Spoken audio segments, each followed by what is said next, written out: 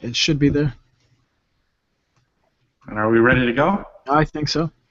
Okay, everyone, welcome for what I'm hoping is going to be one of the first of many of the NFL YouTube prognosticators, Google Hangouts. I'm your host, well, one of your four hosts, Gio from Gio Knows, along with Hatbox and Billy B. We're going to be joined a little bit later by JR, who is from BridgewatersFinest, and we're the four administrators of the NFL YouTube Prognosticators Facebook page. Maybe many of you are familiar with this. A lot of you post your videos and post your picks, and we're going to be doing something pretty cool tonight. We're going to be bringing on different prognosticators in 10-minute segments, starting at about 7:40 Eastern Time. For the next little while, it'll be Hatbox, Billy, and myself just talking about football, and maybe I'll let them introduce themselves right now. Hatbox and Billy, go right ahead.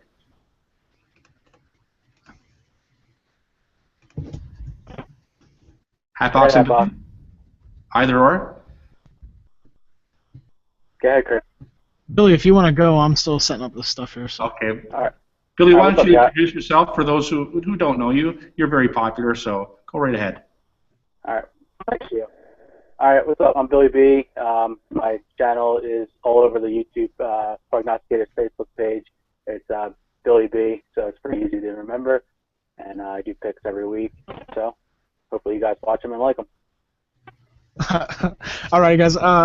We're the ones that started this, like we said. I'm Hatbox. You guys normally don't see me on my videos because I'm always behind the camera doing all the editing, but I'm hoping tonight goes extremely successful. I just checked the link. It is live. We will be posting. I'll post it to my YouTube or my Facebook page. It should be live on my channel as well. Mitchell Bohr, I see you in the chat room. How you doing? Yes, you cannot join the Hangout right now, but maybe later we could do it at the end after everyone gets done once we set everything up. So everything is on a thing. If you guys want to join in, Gio and Billy, I'll send you guys the link in the chat here. The chat room is on YouTube, guys, so I'll keep it posted on the side here, but I'll keep it muted because it's playing back like 30 seconds behind us. So what we'll do is we'll keep the chat open in the YouTube channel, and we'll talk to everyone through here. I see what you mean. So, Billy, if you go to it, just mute the YouTube feed so that we don't get a double echo. So, anyways, guys, it's a big slate of games. It's the American Thanksgiving, and I am one of the two Canadian administrators. So we already had our Thanksgiving back in October. We have the metric system, so we're on a different schedule than you guys know. It has to do with the metric system, but it's a great week for football. 3 good games tomorrow. One exceptional game. And I guess the first one kicks off at 12:30 Eastern Time. That's the Detroit game. Is that correct? Yeah. I think so. Detroit's won 2 in a row. Looking good. It seemed like a couple of weeks ago the coach was about to get fired, and then they went into Green Bay and beat the Packers at Lambeau Field. I think that gives the guy an extension for 5 years. And then another win last week. So the Detroit Lions on a bit of a roll. We're going to hear from Halfmoon. Steve Coleman from Halfmoon's Picks later on. He's a Detroit Lions fan, so he's going to be excited about talking about that game. I think the Lions can make it 3 in a row. You guys? Absolutely. The Eagles are. I'm hearing. I live in Philadelphia, but I do not like the Eagles. I'm hearing on the radio all the time. You know, the team's giving up on shit. There was a unknown agent from one of the players on the Eagles saying that the team just doesn't listen to him anymore, and they don't really care what he has to say. So that doesn't bode well. Absolutely. I think the Eagles are one of those teams that everyone was rooting for a Super Bowl for. Even though no one said it, everyone thought Chip Kelly was crazy about trading for who'd they give away? They gave away LaShawn McCoy, and they got Kiko Alonso, who I think has been injured for most of the season. And then they grabbed DeMarco Murray, who has showed us that not only is it the running back that can do well, and you have to have a good offensive line to do well as well. So it's one of those teams that just aren't clicking right now. Sam Bradford is about as healthy as a wet paper sack. And Detroit is just they're getting on a nice win streak right now, and I think that continues. I think they take down the Eagles pretty easily. Yeah, they play really well on Thanksgiving, especially no matter what their record is. So it's basically like their Super Bowl, their Thanksgiving Day game. So Absolutely. I'd like them to win this game. I read a quick article, and it might have been Bleacher Report, so I'll take it with a lot of salt, that Chip Kelly and Philadelphia will be parting ways at the end of the year.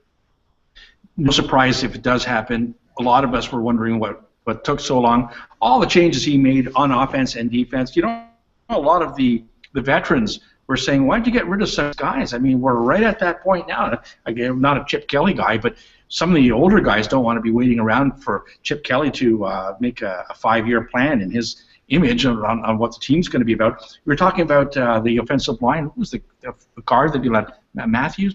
What was his name? Pro Bowler? You let him go at the beginning of the year? Oh, I don't even know. Evan Mathis. Yes. So that was a real head scratcher to me. I think it was Chip Kelly trying to do college stuff in the big leagues. Not a big surprise that it's not working out. The quarterback switch was a sideways move.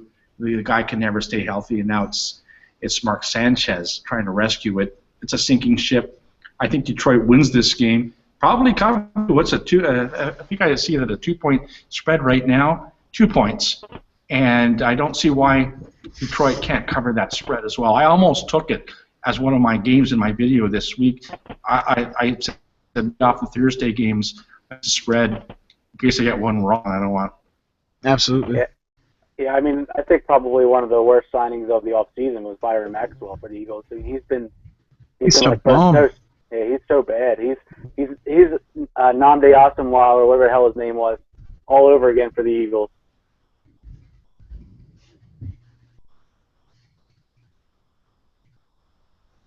Alrighty.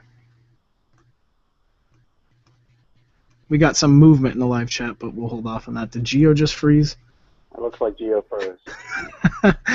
The funness of live. Yeah, right. Live streaming. I think he'll know to absolutely going back in. Anyway, we'll move on to the next one. What's the next game after that? Is that like the game of the week, the NFL color rush of Carolina and Dallas? That is correct. That is the middle game. I think 4:30. I don't like. If you want to go first with this one, I don't have much to say besides the fact that the Cowboys are going to win this. I don't think Carolina has what it takes for this game in particular. I think Dallas is playing for much more than what it's playing for. If they lose, it's 10-1, and if Dallas wins, I mean they're still in the race for that last playoff spot. I think ultimately, bold prediction, they'll get it, but I think it starts with a win. I mean, it's in Dallas. If it was in Carolina, it'd be a different story. But Dallas opened as 2-point favorites, and I think the line right now covers has it as Dallas's 2-point favorites. So, yeah, I mean, I think that tells you all you need to know. You have a 10-0 team versus a 3-6, are they? 3-7. Yep. And the Dallas is favored. I mean, that team plays so much with more confidence. It plays so much better with Romo in the lineup. So, I mean, I think they get it done. I know everybody hates Greg Hardy, but I think this is a game where he absolutely turns into a monster. Instead of beating his girlfriend, he's going to beat the offensive line of the Panthers. Yeah, but it's actually funny because against the spread, the Panthers are 4-0 on the road, and Dallas is 1-4 at home. So, and I think that one game that they won at home was with Romo against the spread. So with Romo, they're 1-0 at home against the spread.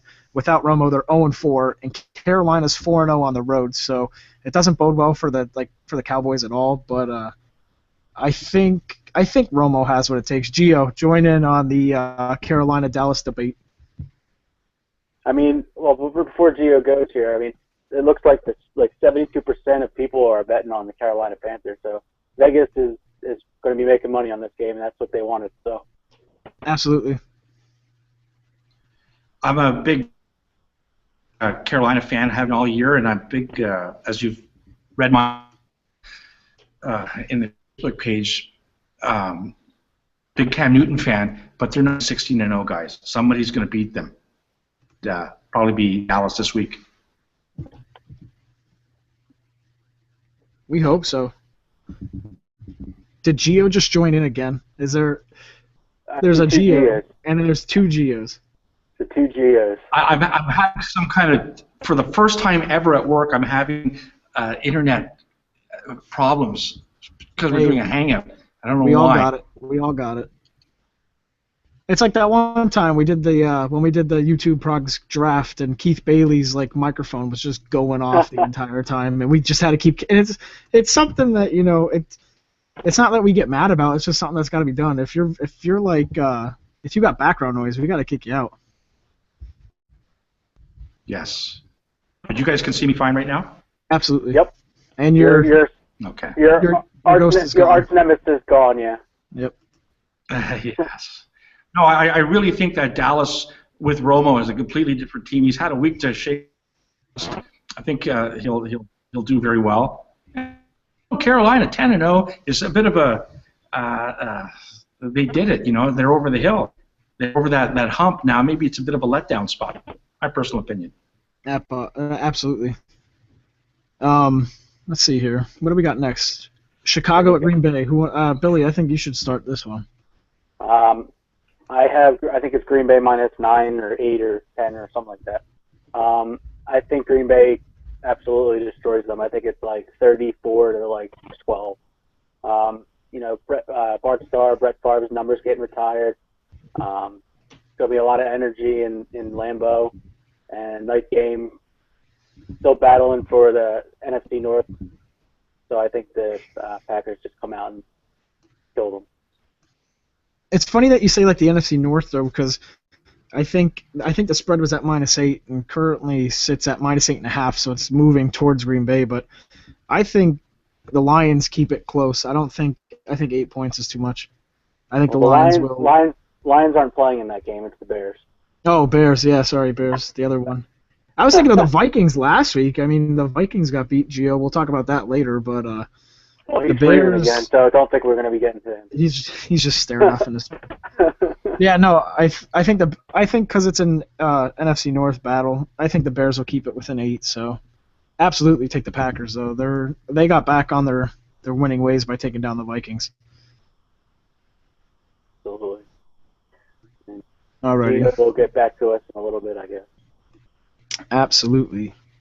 Do we want to go through all the games this week, or?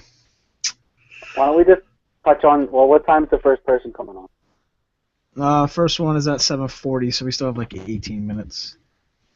Wait, I think it's 7:40. So we could just talk about our team's games if you want. Absolutely. So go ahead. You start. And I'm going to wait for Gio because my team's playing Gio's team. Yeah, because, once someone comes on, they could talk about their game. I think Keith up first, so we could talk about the Titans game. All right, so probably the game of the week. I'm not biased or anything, but the Patriots is coming into Denver. Brock Osweiler's going to be getting his second start. I think it's +3. The Broncos are +3. The last time the Broncos were underdogs at home, they beat the Packers in their best game of the season.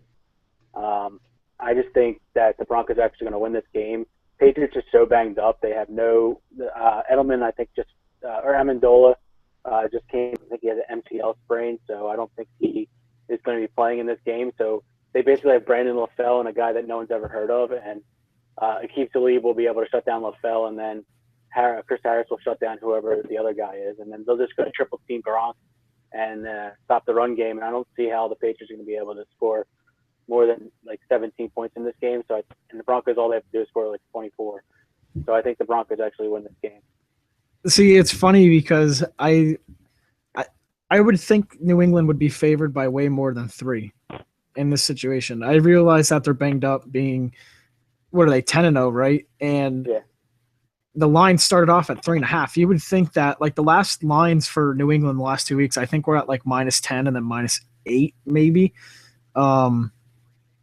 How they're only +3 in this matchup? I still think New England's on its like they're on a roll right now. They're on their death sentence for Roger Goodell. I think that they're gonna stick it to the man by going 16-0. Not gonna say they're gonna lose in the playoffs like they did before, but I think they'll be the team to go 16-0, and then that'll stick it to Roger Goodell for the whole Deflategate situation, and then so like I don't see Denver beating them. I think Denver will definitely get a playoff spot. That's for sure. Yeah, okay. So you got who's in that division? Denver? Is it Kansas City and the Chargers and the Raiders. All right, so Chargers won't get a spot. Kansas City might fight for one of those wild card spots, but I mean, we'll figure it out. I would agree with you if the Patriots were healthy, like they had all their weapons. I think that they would go undefeated, but they're just too banged up.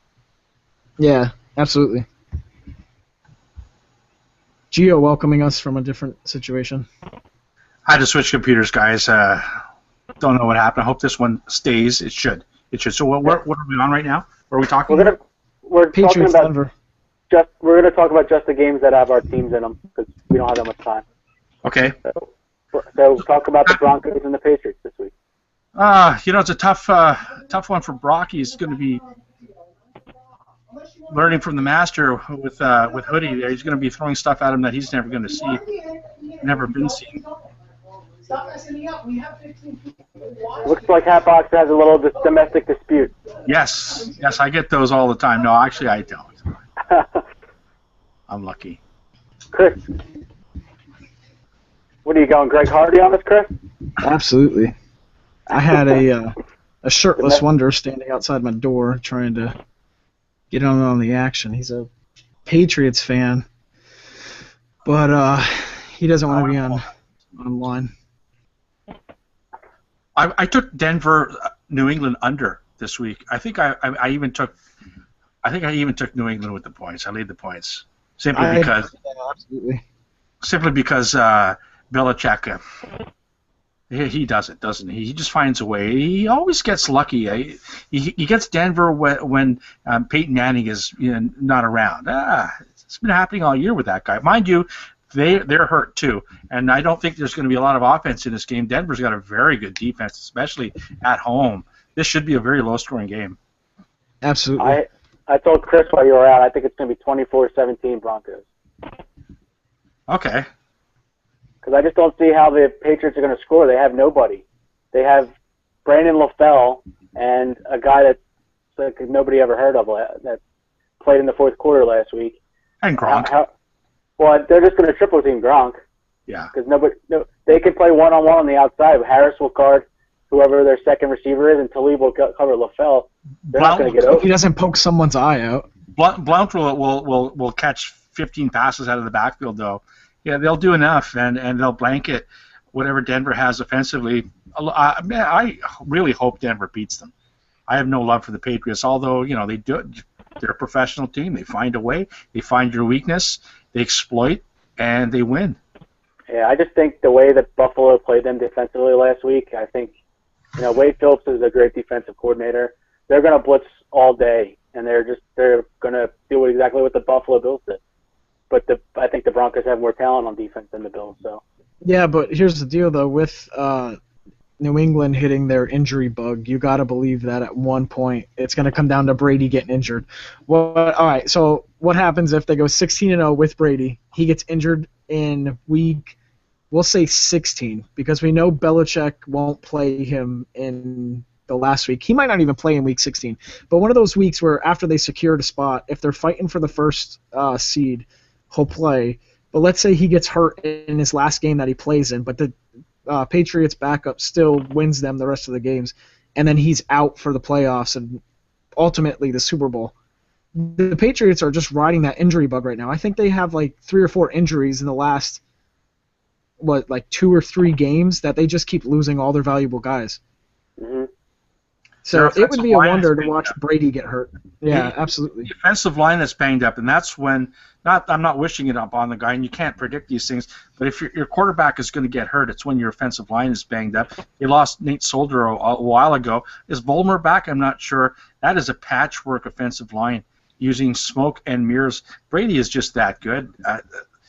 I don't wish the guy to get hurt, but it could be Denver that knocks them from their undefeated post. Yeah, it was pretty telling if you listen to the Brady's press conference after the game, he said it was three and a half hours of me just being frustrated. Like, he was so mad. And you could absolutely tell by his face. His face tells all the games. He's kind of like Phillip Rivers. Phillip Rivers is one of those crybaby quarterbacks that when it doesn't go his way, he gets mad. He puts on that pouty face all the time. It's just. But with Brady, you could tell it in his eyes. He doesn't like make faces or anything. He'll scream like whatever he wants. But damn. Yeah, he was yelling at his offensive lineman during the game.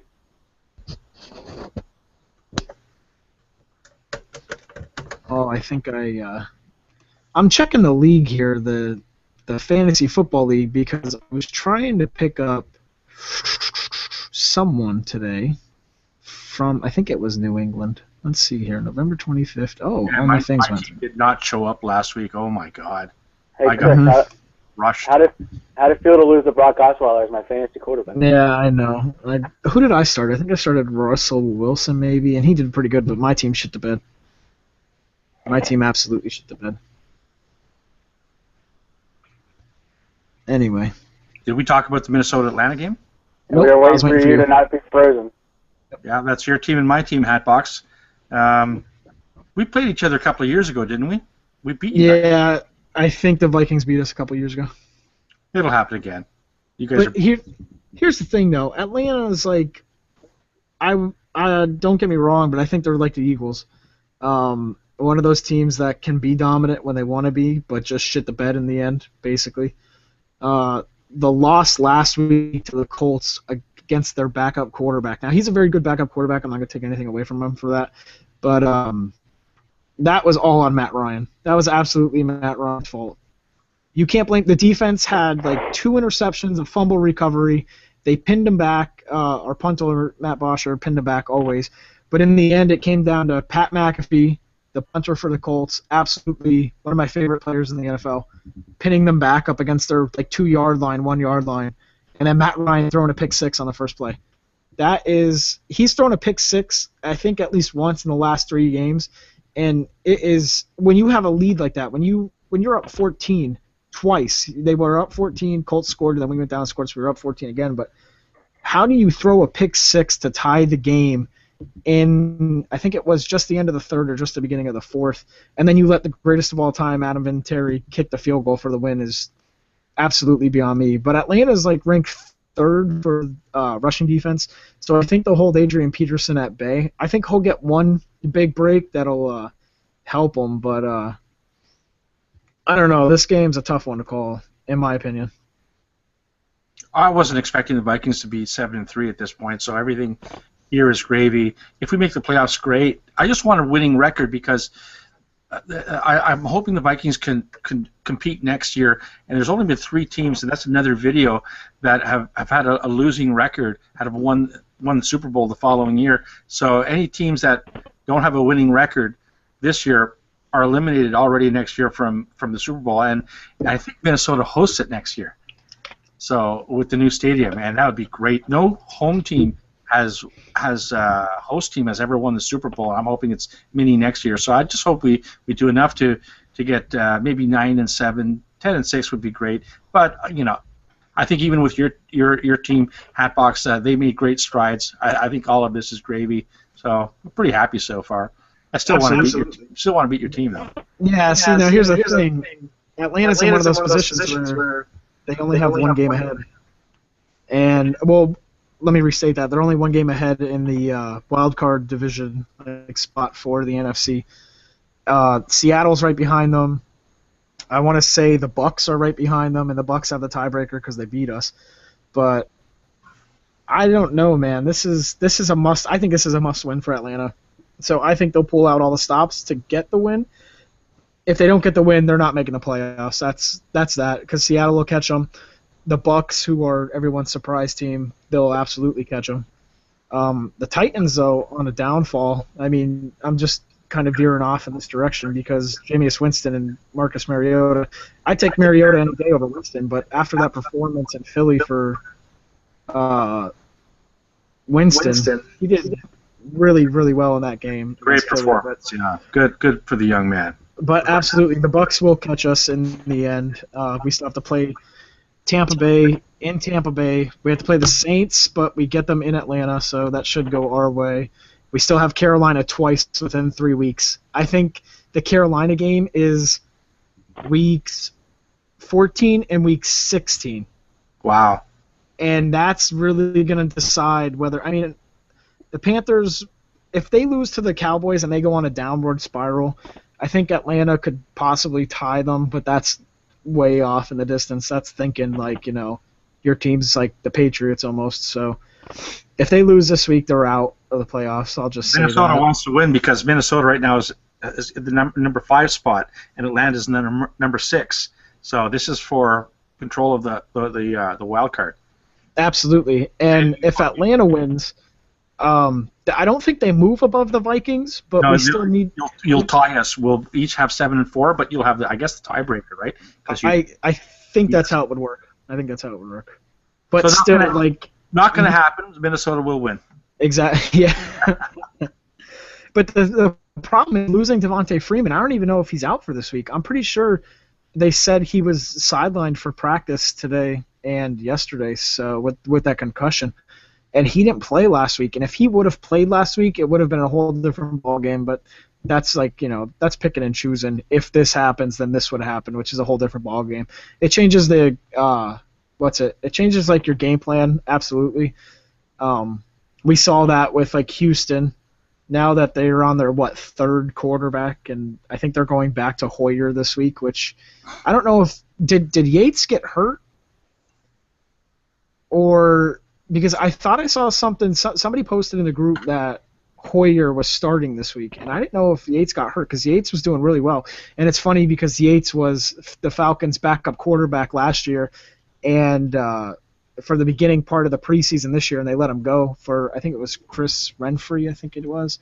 But that's a whole different story. But if this happens, then that happens is just its own nature in and of itself. So we can't say anything. But I think Freeman was one of the breakout stars of the year. And if Dan Quinn doesn't win Coach of the Year, I don't know who will. I have no clue who would be up for Coach of the Year. Well, I think he was well on his way at the beginning of the year, but Atlanta's cooled off a bit. It's going to be Arians who's going to win the Coach of the Year. Yeah, that's also true, to tell you the truth. But I think taking Atlanta, who I think they went 4-12 last year, maybe even 3-13. He's definitely going to double his wins from last year, and coming in off of Mike Smith, which it's funny because he made some Mike Smith-esque, is what we'll call it, type plays in some of those games, especially against San Francisco, where their defense was absolutely ruining us the entire game.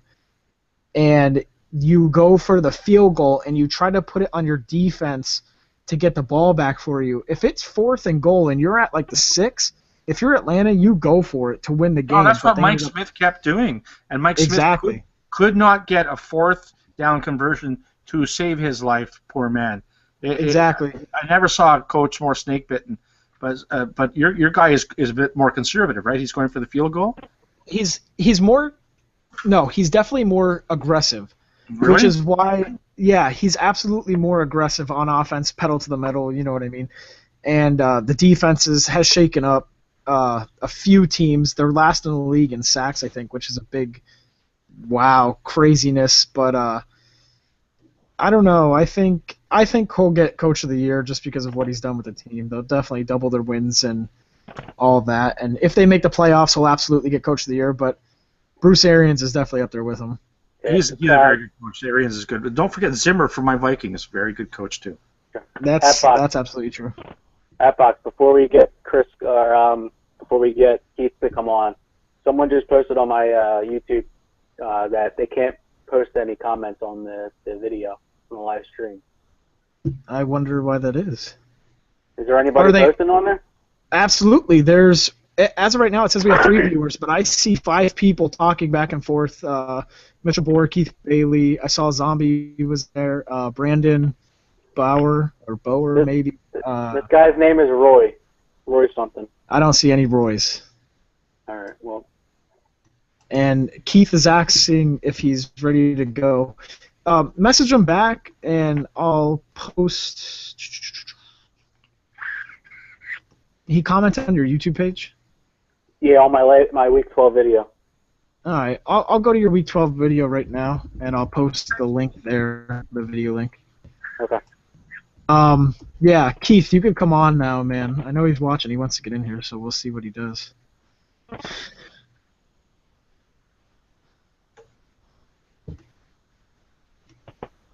It'll probably be a little bit because we have some lag going on. I think there's a few second delay.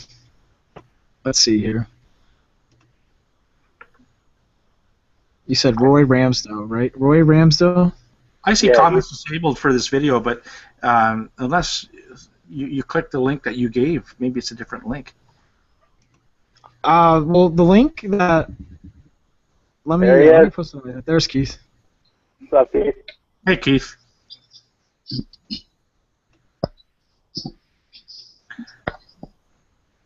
You there, Keith? Hey. There you go. What's up, man?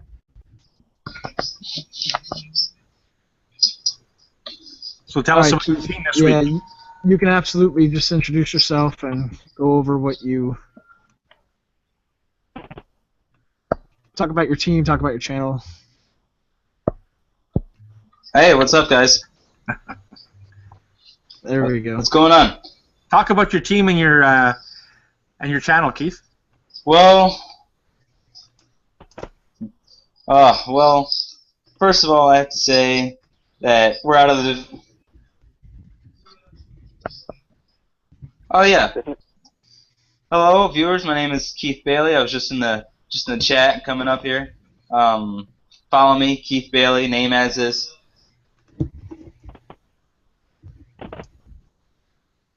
All right, Bill. I tweeted out hang on a sec. the link. Yeah, Keith, you might have to pause the YouTube video because it's a little laggy, and then just listen to our volume. Okay.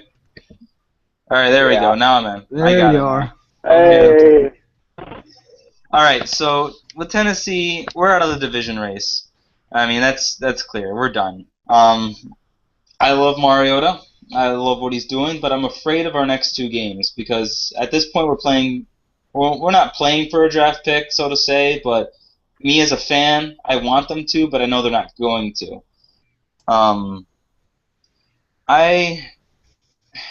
All I see is a rookie quarterback trying to do everything by himself. I mean, we have a solid defense, but we don't have any weapons around him. And all he has to throw to is Delaney Walker, and with our top two wide receivers out with injury, Kendall Wright and Justin Hunter, there's nothing we can do. Excuse me, you have a diamond in the rough in Harry Douglas. I'll give you that. We do. It's sad though when he's your starting wide receiver, Dorian Green-Beckham's your second receiver, and then you got two practice squad members as 3 and 4 going into a Thursday night game. I mean, that's Absolutely. You're not going to win games that way, and I think Tennessee. I'm afraid of this game against the Oakland Raiders because they are slumping a little bit, but our defense matches up well with their offense a little bit because we have a solid defense, and I feel like we can contain Oakland, but I know they're going to still score some points.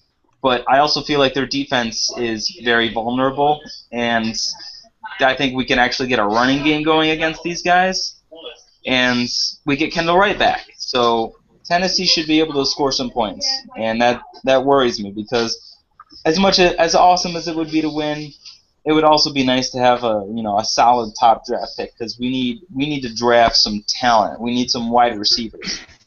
I mean, I see what Winston's got going on in Tampa Bay, and I mean, I gotta give Jameis Winston credit. I have to. As a Titans fan, as a Mariota fan, I have to give him a lot of credit for that 5-touchdown performance. That was very impressive.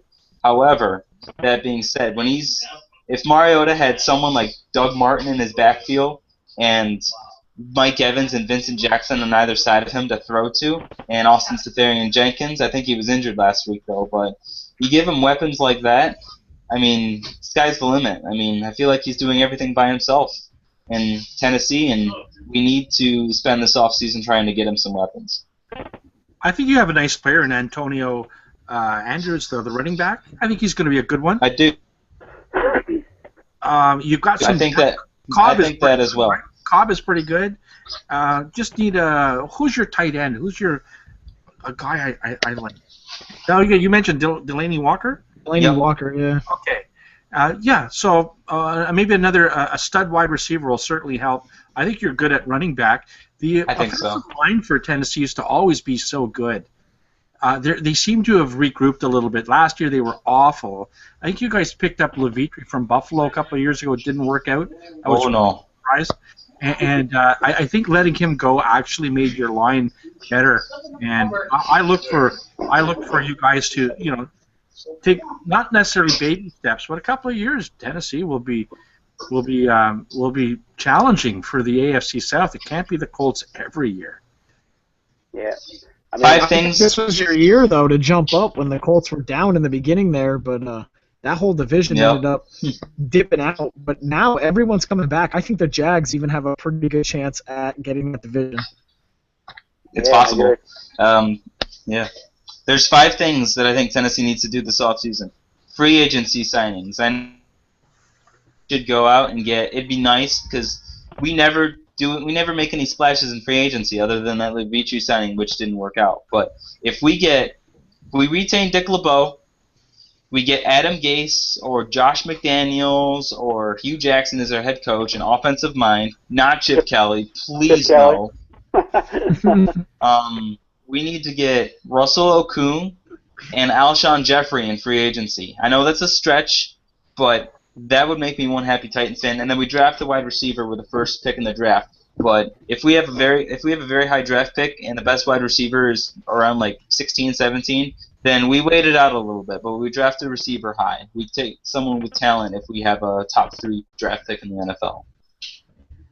Yeah, That's hopeful. It doesn't help. It doesn't help that you have, Justin Hunter was a good player, and he's just an idiot. Yeah, he's a bum. I mean, I don't know if you saw, but in that Buffalo Bills game, the interception that Marcus Mariota threw at the end, a lot of people don't know this, but Justin Hunter actually ran the wrong route. He was supposed to cut toward the other sideline, and by him cutting inward, it brought the safety in, and then he saw the ball being thrown that way, so the safety just went in and just picked it off. Justin Hunter ran the wrong route there. I mean, we had these big guys at receiver, and they can't do anything, and it makes me so mad because Justin Hunter is a bust. It's funny that you talk about free agency because someone in the chat said the Titans need a Jets-like free agency where they just go out and grab everyone they can. Yes. I think a good. We need to fix our offensive line. Yeah, I think a good player for you to draft is the wide receiver from Ole Miss, Treadwell. Mm-hmm. I think he's going to be the number 1 receiver taken. So that'd be nice. You know what's funny though? I think you should be worried about the Raiders, and I wouldn't be worried about putting points on them. I'd be worried about your defense trying to stop them. Yeah, we're down cornerbacks. Yeah, Derek Carr was on a hot streak for those for a few weeks there, and then he got kind of cooled off the last 2 weeks. But yep. If there's any game that Derek Carr makes his comeback, it's this one against Tennessee. Absolutely. So it could go either way on that one. That's one that worries me. I still think the Raiders. I'm picking the Raiders. Sorry, yeah, absolutely. Yeah, I still think I'm picking the Raiders as well. I have to. I told myself I wasn't picking Tennessee for the rest of the year after we lost to Miami, and so far I'm doing good on my word. But I do have to say, probably final words because I got a couple minutes left. Is that if anyone remembers Tennessee last year, it was like 17-0, 30, like 28-0 every single game, and we would get blown out. At least this year we're competitive, and I will take that. That's a step in the right direction, and I'm interested to see what we could do in free agency and in the draft to build on this team. And we need a fresh start at head coach, and I think that's something I'm looking forward to because I think we have the quarterback question answered now, and I can say that for the first time in years, and it feels so good to say. I think between him and Winston, I think Mariota is a better right now quarterback, like as needed, but I think Winston will be the better overall quarterback years down the road. Not saying Mariota won't, not saying he's not going to develop into a good quarterback, but I think Winston will have more success in Tampa than Mariota will have in Tennessee. That makes sense. I could see it going that way, but a lot of people talk, one quarterback's going to be a bust, one's going to be good if it's 1-2 in the draft, and it was that way like the last 2 times. You got Peyton Manning, Ryan Leaf, and another Mhm. situation. But I mean, the way it's looking right now, I mean, it's easily possible for both of these quarterbacks here to not be bust. Both of them could be franchise quarterbacks, and a lot of people are, summing it up as, oh, one's going to be a bust, one's not going to be a bust. But I mean, they're both Absolutely. successful quarterbacks. Well, if you want to do one more last plug for your channel, you absolutely can. All right. Well, thanks for watching, viewers out there. Name's Keith Bailey. Follow my YouTube channel. I do power rankings and I do picks. And my videos are a little short, but they get right to the point. And I will see everyone on the NFL YouTube Prognosticator site. Thanks for having me. All right, thanks for coming on, Keith. Good morning, Keith. Yeah. Bye-bye. See ya. Keith actually does a very good rankings video as well. I'm one of the few that does them every week. I do a rankings video, and I always check his out. Very good, very solid. I think I did the power rankings until it became too much because I was putting my videos out on Tuesdays and I was doing power rankings on Monday. But now I do power rankings on. No, I don't even do power rankings anymore. I do my video Monday nights. I try to get out as early as we can. But what I think about Keith Bailey. What I like about Keith Bailey is the fact that he gives scores to the games. Hello. Hi, Gavin. What's up, Gavin? What's up, Gavin? Now, Gavin's a big Arizona Cardinals fan, aren't you, Gavin? Yeah. Or is it the Giants this week? No. It's one of those two every week. I think you live out in New Mexico, or is that where you're from, Gavin? No? Where are you from? Tell us about yourself. Arizona. All right, Gavin, give us a little bit of give and take here, man. All right, guess not. He's gone. I think Arizona's in New Mexico, isn't it? Yeah.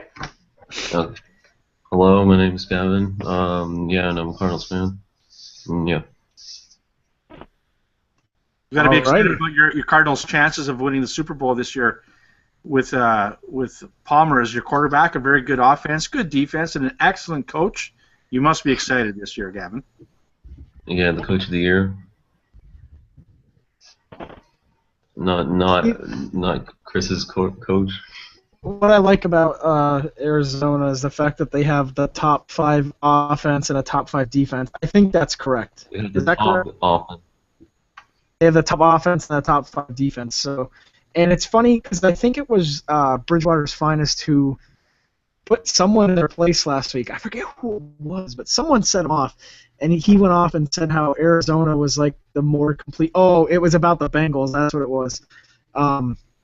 It was something about someone was running their mouth about the Bengals playing the Cardinals, and BridgewaterFinest went off and said Arizona's the most complete team out of any NFL team.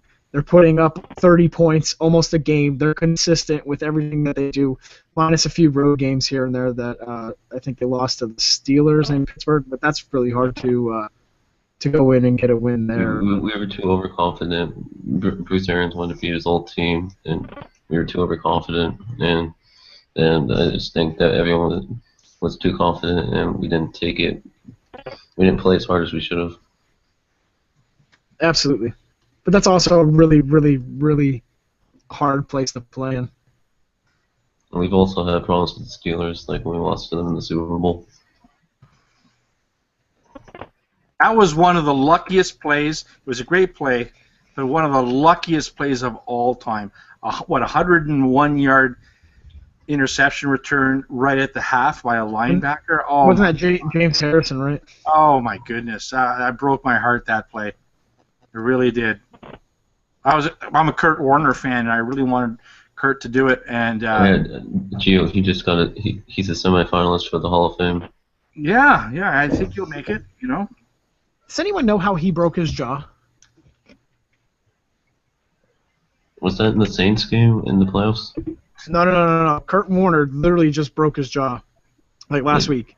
Oh, no. I don't know. He took an elbow to the jaw. It's broken in 2 places. He was on. He tweeted out something about how he's fine and he has to recover, but I know he took a elbow to the jaw, but no one said what it was about.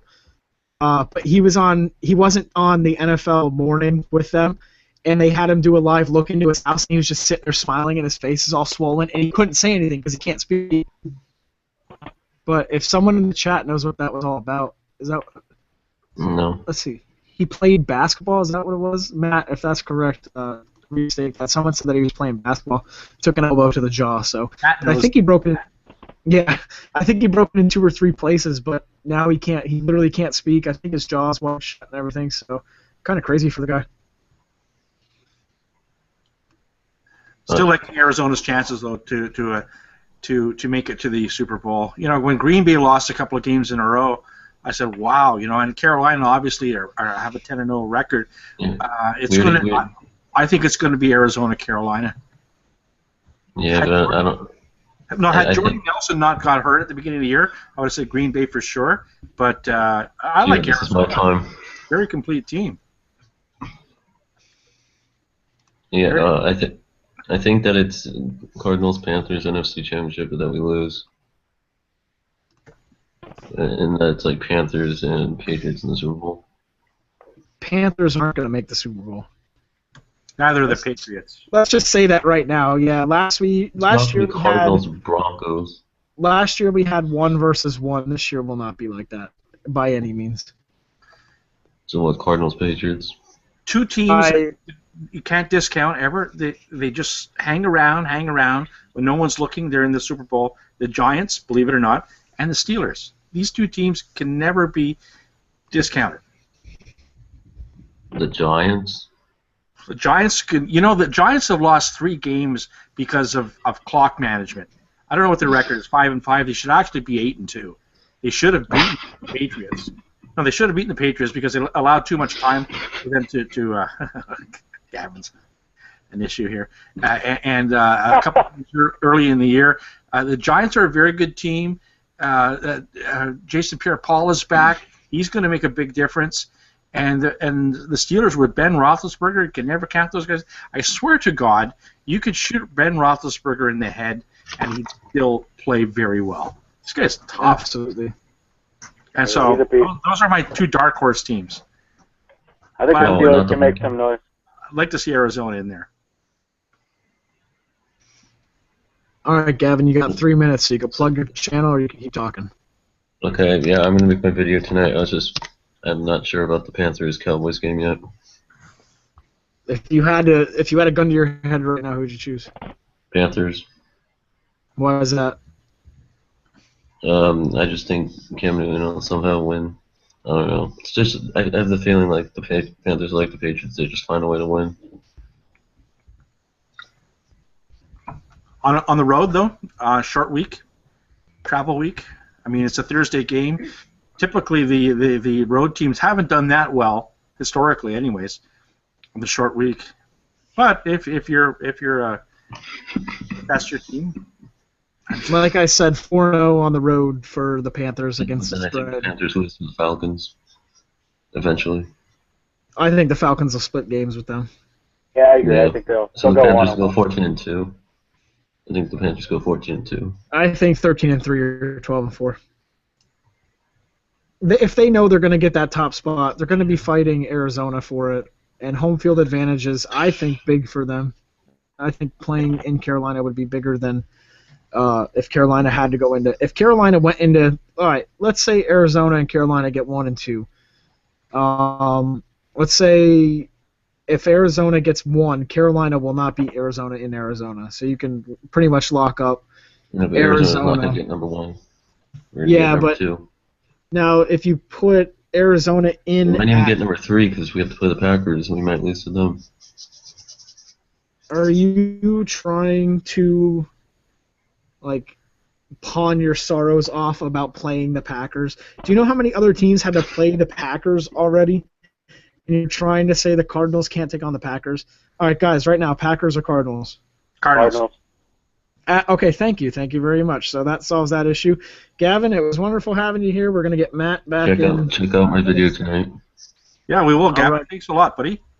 Absolutely. Yeah, I'll talk to you later. Bye. All right, there goes Gavin. Good stuff, Gav.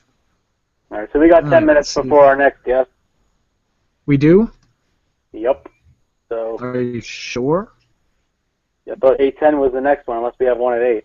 We have one at 8. Oh, okay. Unless I Matt think- wants to jump in. Matt's on at 8. Stroop's on at 8:10, and then Logan, who's a Jets fan, joins in at 8:20. And then a special guest from Gio at 8:30. Well, hopefully we can get him the link I sent him the link on Twitter. on Twitter. Did he respond back? No. Okay. What's up, Matt? Hey guys, how you doing? Hey, Matt. All right, Matt. Do your opening like you do for your video every time. I want to hear this live. Hello, YouTubers and NFL fans everywhere. This is Matt, the NFL fanatic, here joining the Thanksgiving live stream. Nice. There we go. Beautiful. Hey, guys. Beautiful.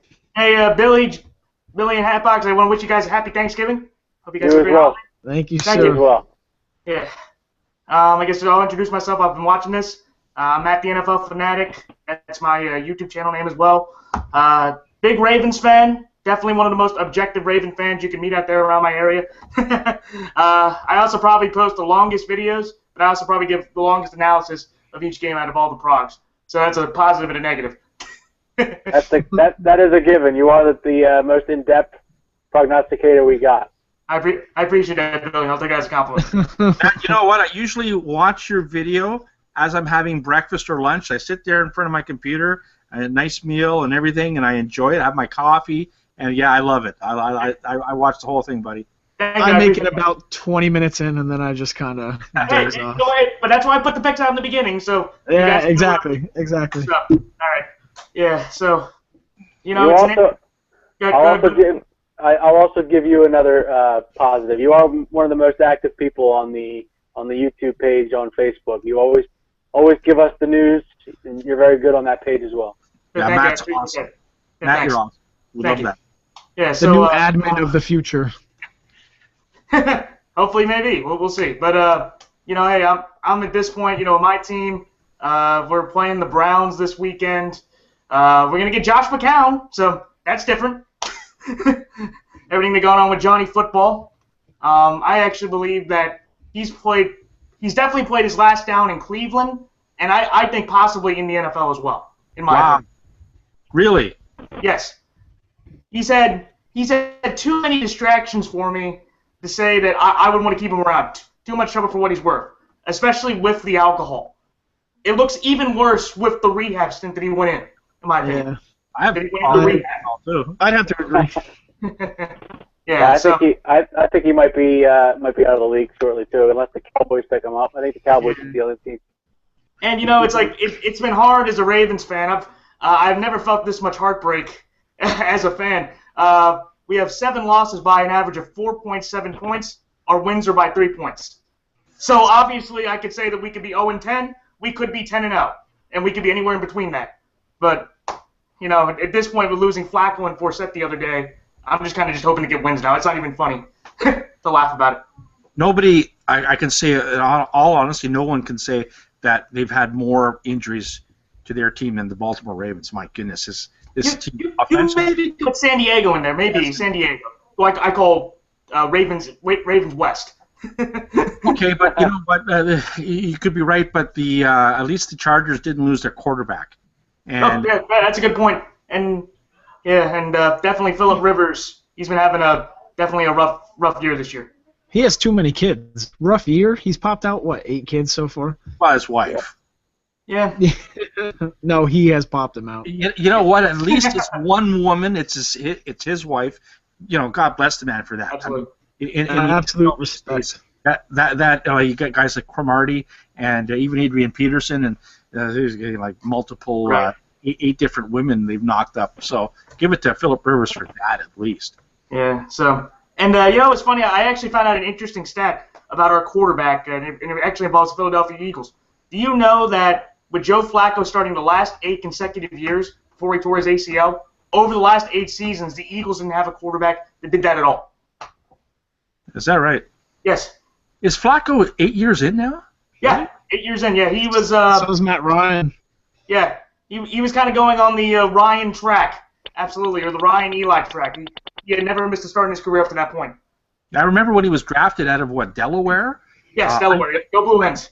Never heard of the guy, and here's, but I'll give it to Ozzy. He's the one who drafted him, right? He was the general manager at the time. So yeah, he's been the general manager since the inception. Basically. One of the better GMs in the business, and we were just talking to Keith Bailey earlier, and Keith would like his Tennessee Titans to grab a lot of free agents in the offseason. I don't like that track. You know, well, for Green Bay doesn't do it. They're always successful.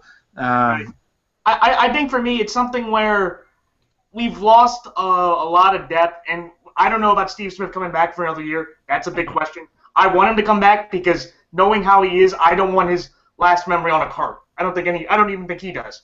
That's not the way Steve Smith would want to go out. What's he going to do though, Matt? He can't play. He's too old. He's the body broke. Yeah, well, I kind of think of it like a Jerome Bettis type situation. I'm not saying he's going to have the same success, but it's that same kind of aspect of, you know, when he went down the way he did, he had his kid and he just had this motivation for one more year. I'm not saying we're going to win the Super Bowl like the Steelers did, but it's that kind of motivation that might help us. So I think he comes back. I mean, he's a warrior. I mean, he doesn't, and he's definitely one player that does not want to end his career on an injury. Absolutely. Will he contribute though? How much can he contribute? That's the. Well, yeah, that'll be another big question. But that's why I think we need to get another receiver. I'm not really a big Lamar Aiken fan. Marlon Brown's basically been non-existent. Our first-round picks look gone. Yeah, what do you guys think of? What do you think of this Perryman guy? I mean, he doesn't really. I'm kind of putting him on the Kevin White, Dante Fowler card. Basically, you know, he has already used his injury card already this year. I can't call him a bust, you know, or can't really judge him yet. But I definitely can pull out the injury card and say that if he keeps getting hurt, he's an injury-prone, you know, player. No. This is his rookie year, right? Right. So that's what I'm saying. I'm not gonna judge him as a bust. But it's kind of like Jadeveon Clowney, with like how he's doing this year. You can already put that he's an injured, you know, talent. That was really unfortunate. I remember in Minnesota we had maybe it was Chad Greenway, the linebacker, out his first year. Similar situation, but he had a good career. He's still having a good career. He's still having a good career. Yeah, he is. But you know what? You guys are solid at tight end. You got that Max Williams guy, and you got another one that you drafted last year. We have Williams and Gilmore. You know, they're not bad. I think we oversigned for Pitta. I didn't like that transaction because I already knew that he already had his hip injuries, and you know now with him going on the IR again, and just hearing what Harbaugh said, saying, "Well, it was best for him not to continue." I don't like hearing that because to me that's retirement. It almost sounds like retirement. Or I don't know what you guys think. I think he should retire. I think he had a nice career, probably concussed too many times, and whatever other injuries he had. Thank you very much, Danny Pitta, and it was nice watching you. But you know what's funny? I think the one person that can relate to me the most here so far or recently is Hatbox, because I mentioned it to him about the Ravens and the Falcons, that they're having the same kind of close feeling of, you almost have it, but then it just goes away. Well, they got lucky the first 5 games and went 5-0, and then 1-4 in the last 5 games. Right? So yeah, it's absolute shit. You can feel my pain, right, Hatbox, for what I've had to go through the entire year. I do, and it's funny because I wanted to ask you about one of my close friends is a big Ravens fan, and he always talks about how Joe Flacco is better than Matt Ryan. And I always bring this up in all the Hangouts. Is Joe Flacco elite, yes or no? I'm one of those people that I put him in that middle category. I do think that if you have to look at overall resume, I'm not talking about pure talent, because I do think that Matt Ryan definitely, he's had talent around him to work with. He's had Julio Jones and Roddy White to work with that we haven't, okay? But also Flacco's in the defense that Matt Ryan hasn't had. That's true. To me, that's why I look at overall resume. And if you really look at the resumes, Joe Flacco clearly has a much more impressive resume overall than Matt Ryan does. 10 playoff wins to 1 Super Bowl appearance, 3 AFC Championship game appearances for Flacco compared to 1 to Ryan. And also, it's just where Joe Flacco at least has a winning record since he signed his contract, and Matt Ryan is right now even struggling to get that after he signed his 5-year contract. Matt Ryan is a bum, in other words, Matt. Oh my God, you guys.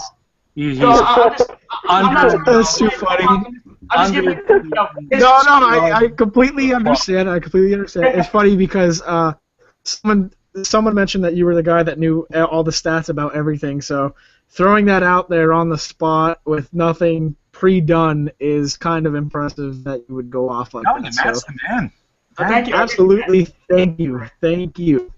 No problem. But I know I got a minute here, so I'm just going to plug it out real quick for everybody out there watching. Again, it's Matt the NFL Fanatic on YouTube. I also just created a Facebook page. I'm doing it for a class assignment for my college. It's also the same thing, Matt the NFL Fanatic. So anybody out there watching, please check it out. I put NFL updates on there and my videos. And So- plus, your channel will be in the chat too on the Yeah, live absolutely. link. You So can talk, yeah. And you'll be if there. there's if you want me to come back in or any open slots, absolutely, I can come back in. Yeah, you're Probably my around- vote. You're my vote. Yeah, I want him. I want him in. Okay. Absolutely. Probably right. around 8:40 if we can do it. If no one else joins in, probably around 8:40 we'll get you back in. Okay, cool, man. All right, I'll talk to you guys later. Talk to you Thanks, then. Matt. Yeah, Matt. Yeah. No Great problem. channel.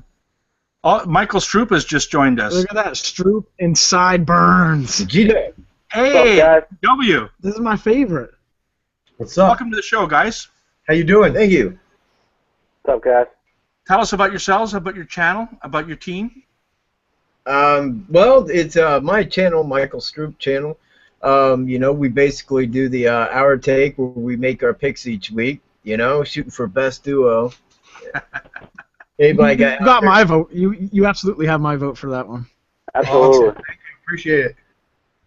Yeah, I'm GW. I filmed a film out here on his property, and he had a buddy of mine, Greeno, he asked me to fill in. I'm a pretty big sports fan. I like basketball, like soccer, football, and used to like baseball, but I'm much more into film now, and so I've been having a blast doing these picks. I play them every week anyway at the casinos and do my own stuff, but it's been fun. It's been fun. GW always do a segment at the end of your video, like a kind of did you know kind of deal. And Yeah. I've learned a lot of stuff off you, man. You really know your trivia. Yeah, I appreciate that. I try to keep it interesting and try to keep it festive. And, go outside the box with the trivia. I remember doing some film stuff with the badass Jim Brown. Oh yeah. But yeah, my knowledge is mostly I play. I'm mostly basketball, but I know football and I know who's good. And, Right. Sometimes I'm a bit of a homer for my team, but. That goes without speaking. Now Were you just watching when the Ravens fan absolutely screwed me over about the Falcons with Joe Flacco versus Matt Ryan? No, we just got done filming our thing, so we just now got. Absolutely, that's actually badass right now. You guys are sitting right after you're done recording. Yeah, Wait, I have to You're drive gonna have to out. pay him double. Yeah, I have to drive out, and normally I was in a couple plays, so normally we would do this after I get out of my play rehearsals, but my play was over last weekend, so I can come out a little earlier rather than around 10, 11 o'clock at night. Yeah, it Drive worked all the way out here, Perfect so- time. So yeah, I stopped in at 7 today, so that works out for us. Yeah. Yeah. Faced up right. Stroop, are you a Colts fan? You're a Colts fan, right? Yes, I actually went to Pokai a little bit. But yeah, man, I love the Colts. I wish they was doing a lot better this year. Do you think that okay? So for that division, put your fandom to the side. Do you think the Colts, Texans, or Jags will get that spot? This year, Absolutely. the Colts. Yeah. Yeah, probably the closest team to the Colts would be the Texans, but that's where I see that. I don't see anybody else, especially with the schedule that the Colts got here on out. Pretty easy. They should take the AFC South. I hear you. Are Now, they why going do you shake your head? You realize, Michael, that the Colts have swept the division twice in a row. That's never happened before, let alone 3 in a row. Are they going to do it again? I think that's why they get the playoff spot, because they've got the division record, so it doesn't really matter what goes down. Yeah, I don't really see them losing interdivision any games. They've already beat the Texans, and it looks pretty soft after this. So that's why but the Colts have pretty much ran the AFC South. Was it one year they didn't win it? That was it. Yeah. Well, would you say that the AFC South is the NFC South of last year? Yes, I would. Absolutely. The NFC South last year was absolute shit, and I think Atlanta only won against their division until it came to shitting the bed in Week 17 against the Panthers. Well, I mean, like the Giants and the Philadelphia and the Cowboys aren't that much different right now in that division. I mean, really. So, Yeah. I mean, it's going to be those two divisions are going to be the. Who the hell's going to right now, I get give the it to last the win? AFC South. So Yeah, I can't remember a year where there's been so many teams with losing records this late. Like, it's ridiculous. well, yeah. Absolutely. It's a weird year for football all the way through. I mean, when the Raiders are still like in playoff contention this late in the game, it's like, what's going on? I don't know, but like, yeah, 4-6 and still able to get in the playoffs. It's pretty bad. I'm sorry if y'all are Raiders fans. I'm sorry, but we didn't get the Raiders have one. night. Yeah. I mean, it's not like my team's doing any better. Them. My team's got Aaron Rodgers and Adrian Peterson to put up with. It's like we got Jake Cutler. Oh man, he's another one though. Thanks for taking him. We appreciate it. I'm probably against all, like I just said on the show just a minute ago, that like I like Jay Cutler. I think he reminds me of a lot of Brett Favre. Like, he can throw any pass on the league. He's had 7 offensive freaking coordinators. So I mean, like, come on, how many different like game plan packages can you know? And I think that's only going to help in his long game. And now, like, you know, with Gase on there, I think Gase is a pretty good offensive coordinator. So like, we'll, you know. And plus, he's got the passing record. You know what I mean? Like, we ain't never had a good quarterback. It's been a mostly run-dominated team, and I liked seeing, you know, Alshon Jeffrey with, you know, 60-yard passes. That'd be sweet. But man, what happened to him last week that he couldn't play? Because I have him on 3 of my 4 fantasy teams, projected at 18 points, and then projected at 0, like right before game time. Yeah, He's also on my freaking, like, I drafted Alshon Jeffrey thinking that, like, because Captain Marshall was gone, that like this would be an exploding year for him. Yep, but, that was my exact intention too. So, but I play in a keeper league, so I just didn't cough him up, and I'm glad I didn't cough him up. But now it's kind of costing me, so I don't know. I just think that it's, you know, what do you got to play for kind of league? You know what I mean? Like, you start to see like these the top-notch players will go out and get it.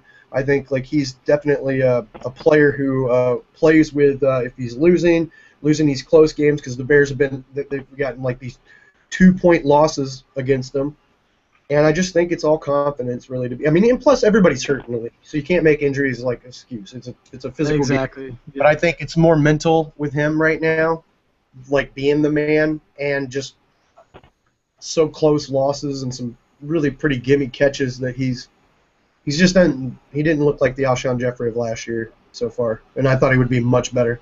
But I think losing Kevin White really killed you guys in the beginning of the year. What's that? I think losing your receiver, White, killed you guys at the beginning of the year. Yeah, first off, I wasn't happy with the draft. I didn't think we needed a wide receiver like that.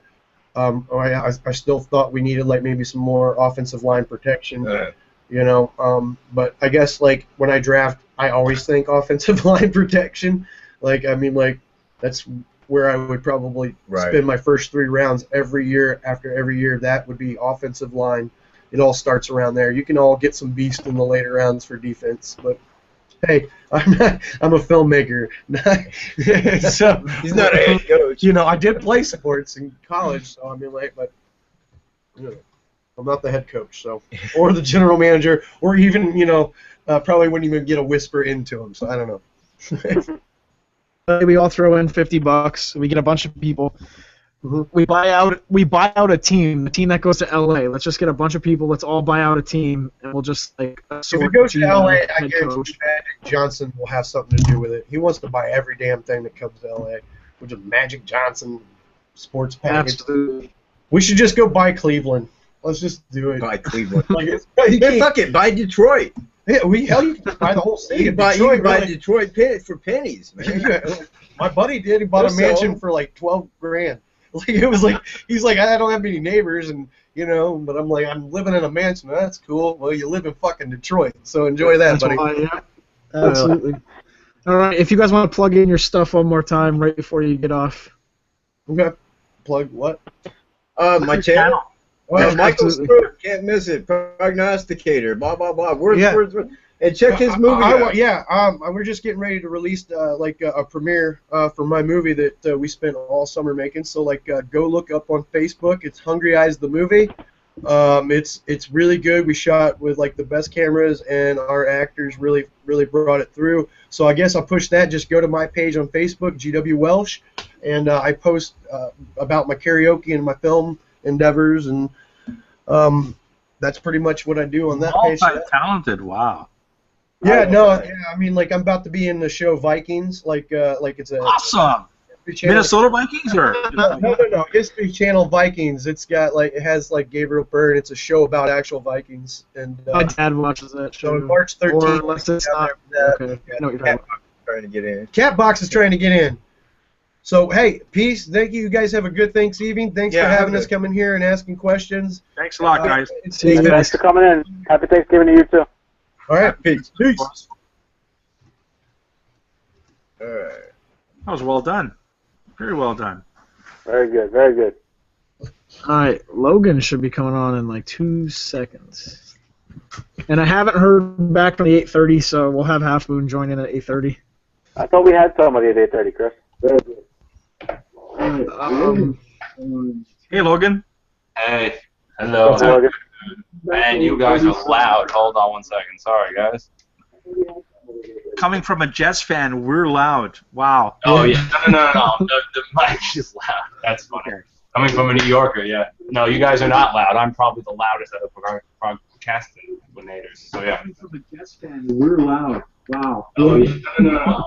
The mic. Wait, am I? Oh, I'm watching the stream. Yeah, turn the mute. Yeah. If you mute, it'll be fine. All right. So, how you guys doing? Everything good?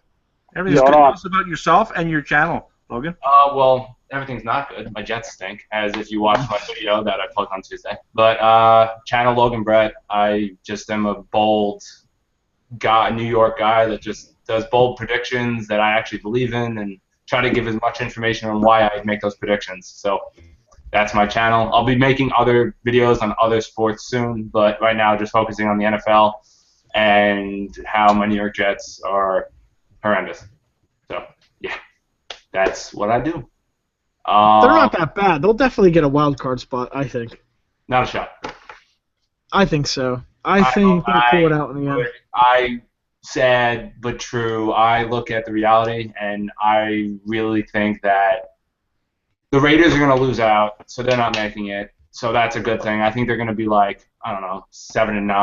8-8. I think the Jets could be 8-8 this year. I don't know if they're going to be 9-7, and even if they are 9-7, I think the Texans or the Colts are going to be 9-7. Hopefully the Colts would lose that division, but we don't know, and because we have the tiebreaker over the Colts.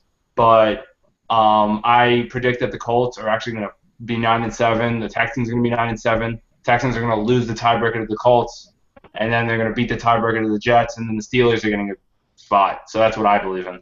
I believe the Steelers and the Texans are getting the 2 wild card spots. If Ben can stay healthy, that team will definitely go far. Yeah, I think the Steelers are a lock to make the playoffs if Ben's playing. Yeah, and they're a dangerous team. If you don't think they could beat whatever team they're going to play, you're delusional. Yeah, I think they're a very good road team, so they're not really scared of going on the road to play the playoffs. So. Absolutely. What else? I would literally they've come back from being terribly down in the first half. They don't play in the first half, and they show a little comeback because that's what the Jets do. They keep you hanging on by a string. And my friend's like, dude, you have to believe you're a touchdown down. I'm like, this has happened the last 3 weeks, and they've screwed up every 3 weeks. And they're like, yeah. And he's like, you gotta have faith. You're a Jets fan. I'm like, it's false hope. Trust me, they'll screw something up. Welcome to the side of the Atlanta Falcons. Thank you for joining in the heart attack games that we also go through. Oh yeah, but I mean, it's so sad going into the season. We already know who's gonna win our division. Absolutely. It's such a sad thing. We're going for the wild card. We were never going for the division ever these last 5 years. So it's just whatever. What else? Ryan Fitzpatrick, we know who he is. The Jets team, the defense is very overrated. Revis is Revis. Revis is still a top 5 corner in my opinion, but DeAndre Hopkins is faster. Like Revis, I know you can put a body on him, but Hopkins is like unguardable. Name a guy who can guard him in a cornerback position. There is no one. Yeah, he's been outrageous this year. It was actually more yes, he has been, and it's more Todd Bowles' fault, I think. You got to double cover him. You know there's no one as fast as him on the field. So I don't understand. Cromartie's been terrible all year. I mean, that was just whatever. I think the only good defender that we have on our team that has been up to the standards has been Muhammad Wilkerson and the rookie Leonard Williams. But I mean, Muhammad Wilkerson has been amazing. He's had 7 sacks and he's been rushing the quarterback. He's been great. Your rookie, you just mentioned him, and Leonard Williams. Yeah. Wilkerson, what's his name? Leonard Williams. Yeah. I like the player, but wasn't that a luxury pick? Didn't you already have that guy in spades as a 3-4 defensive line that you play? You didn't really need to pick that guy, and in a team that really needed offensive help, maybe you should have gone wide receiver this year. What do you think? I mean, I agree with you, but we have Brandon Marshall and Eric Decker. If we can't get it done with Brandon Marshall and Eric Decker, we can't get it done with anyone. But they're not New York Jet guys. You know, they weren't drafted by the Jets. They weren't developed by the Jets. You need somebody in the first round, maybe second round, a guy that you drafted, a high-end wide receiver to help that offense. This goes back to when Rex Ryan was there. I just think that you guys neglected the offense for years, and it's bitten butt now. They need a tight end. Yes, we do. When we had a good offense or a decent offense, we had a good tight end. You had a good one. You traded to Pittsburgh, didn't you? Yeah, what's his face? Yeah, I know who you're talking about. Sorry to bring that up. I know it's probably Amaro? No, not Amaro. The guy before. Heath Miller? Keller. Miller. Heath Miller? Heath Miller wasn't on it. Heath Miller wasn't. Okay. Keller. I think his name is Keller, something like that. Okay. Last name was a K. I know that. Yeah, but he was a great wide receiver / tight end, not a blocking tight end.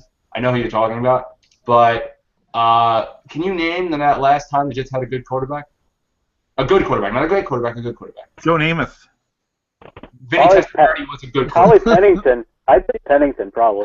Pennington was good. I would say Testaverde you could go to not a World Series, a Super Bowl with, I think, with the kind of team on defense we had. But the only Hall of Fame quarterback who is overrated, Joe Namath. Like the Jets have never had an amazing quarterback before. If you really think about it, that's what we need. And someone on the radio today, I heard someone say we should maybe go for Johnny Manziel. I will not watch my team ever again if we get Johnny Manziel. It's like, my God. But there's rumors of Drew Brees, and I wanted Drew Brees. I wanted to see if Drew Brees we could trade him now. I want Drew Brees to be a placeholder. I want him to be a placeholder, and I want to develop Bryce Petty, and I want to develop another quarterback, and Drew Brees should be the placeholder like Brett Favre was for Aaron Rodgers. He would be a good pick for the Jets. That would be a great pick. With defense, which are very good, he would give you guys serious a boost on offense. Yeah, and he would only have to play with us for 2 to 3 years. 2 years. Just get the other guy. Drew Brees is his teacher, which I'm sure at this time of his career he would want to do anyway. And he would be easily still top 10 quarterback in the league. And that's all we need. Brandon Marshall, even though, and the Jets have this whole league has a serious drop problem, but the Jets are like the worst I've ever seen at drops. Holy crap. They could have won last game if they didn't drop the ball on long passes, which Ryan Fitzpatrick is not good at. But we could have won the game if Devin Smith caught the ball or Brandon Marshall caught the ball, where it was a long pass, which Fitzpatrick is not good at. And when he does throw it accurately, you got to throw it. You got to catch it. That's got to be frustrating. Yeah, I think the downfall of the Jets has been their running game. They started off with, Chris Ivory was one of the best backs in the league early in the season, and he's done nothing the last 4 weeks. It's not. He's a bowling ball. I have him on my fantasy team, so I know this guy does this year after year. He just runs recklessly through the line, and eventually at the end of the year, he starts to break down a bit.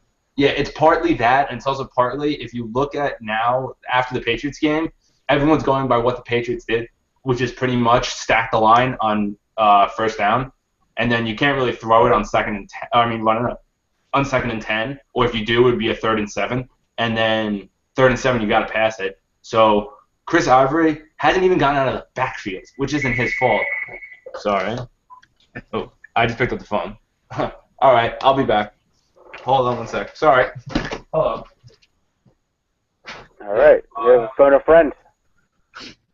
What could be more important than a hangout with the NFL YouTube prognosticators? Ask them if they think the Jets will make the playoffs. I love how I tried to quiet the phone and I picked up the phone. That was good. That was good stuff. Anyway, now it's time for me to label my my YouTube channel. It's good.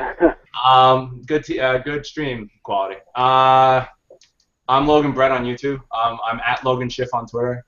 Follow me. I'm really bold, as I've been talking to Gio a lot on Wednesdays for Google Hangout. He could tell you. I love arguing. I love getting my point out there across, and I would love the Jets to win, but it doesn't seem like it's going to ever happen again. But hopefully they do. Logan Brett at YouTube. Thank you guys for letting me join. If you need me, please let me know. Yep. And thanks for coming on. Thanks, Logan. Happy Thanksgiving to all of you, and just Facebook chat me or something if you need me. Thanks. All right. No problem. Yep. Yep. Bye. Good job, Logan. Happy Thanksgiving to all of you, minus Gio, who's Canadian. Yes. I think it's funny that Matt came on and he was like, Billy and Chris, happy Thanksgiving to you two. I broke but my... not Gio. But at least Halfmoon is on. Stephen Coleman from Halfmoon's Picks, welcome to the program. Oh, thanks for having me. I appreciate it. So tell us about your channel and your favorite team. You have 2 teams now, I hear. Yeah. I gave up on the Lions earlier in the year, and then they went 2 in a row right after you gave up on them. After we lost like 2-3 games, I was like, we're gonna go 0-5. There's no doubt. And then we 0-7. You know, I'm like, okay, I'm done. But yeah, I'm still back on. There's a lot of believers there in Detroit that believe, hey, we can go 9-7. And if we win them out straight, and I'm looking at the schedule, it's quite possible. We got Philadelphia and Green Bay, who always beat at home the last 2-3 years, and then we got the Rams, New Orleans, they're not doing all so great, and then San Francisco, really, and then Chicago, so it might happen. You never know, but there's a lot of people saying it could happen 9-7, and creep up. I don't know any of that people. You don't want to know any of those people either. It's probably the guy that owns the $12,000 mansion. Yeah, right. The guy who works 47 jobs. But yeah. Well, originally, like I said, I'm a Halfmoon's Picks on YouTube channel. I do a lot of video work. I work for a video company. I'm a forensic specialist in audio video. And this YouTube channel has got me a lot of gigs, so I'm doing nice. Yeah, some videos for Loud Music Productions, 97.9. That's a radio station up in Chicago, and now I just got another one for a Christian rock group that they're having me do their video. So awesome. Yeah, not enough time in the world, but hey, I love the work. Hey, don't forget the 10% kickback to the guys that Yeah. To everyone else. For those of you who don't know, Steve Coleman is the reigning Gio Knows award winner for best video editing and production, and before that, Hatbox won it 2 years in a row. Now, if you ever watch my videos for my rankings, those little helmets with the lightning thing, Steve Coleman did those. And I sort of stole them, but I give him credit in every video, and they're awesome. And he does some of the best work of all the NFL YouTube prognosticators. So we really look forward to your videos every week. I appreciate that. Yeah, I mean, I do the best I can, and I enjoy the work. Well, a lot of people say I'm a workaholic, but I don't see it. Oh yeah, like we have a running joke that you have 11 jobs now. How many jobs do you have? Just curious. 4 actual. I get paid for every year. I got a quarterly job. I do web page updates for a manufacturer company who does their product line every 4 months, and then I do forensic work full time, and I do the video for Stratus Video full time, and then my 4th job would be the Loud Music Production, which I'm doing video edits. TV show in Chicago and Dallas. So. Nice. That's quite the repertoire resume you've got. How many hours a night do you sleep? Usually about 4 or 5. I try to get the weekends off. I do side work on the Saturdays, and then Sundays football on it. Well, as a Detroit Lions fan, you probably toss and turn anyways. You never get. You are stock in 5 Hour Energy. Yeah, I lay dead as a Lions fan. You know. How do they do against the Vikings so far this year? Just curious. Yeah, a little. Oh, baby. You guys swept us last year. We returned the favor this year. Yeah, I know. Well, you caught us at the right time, man.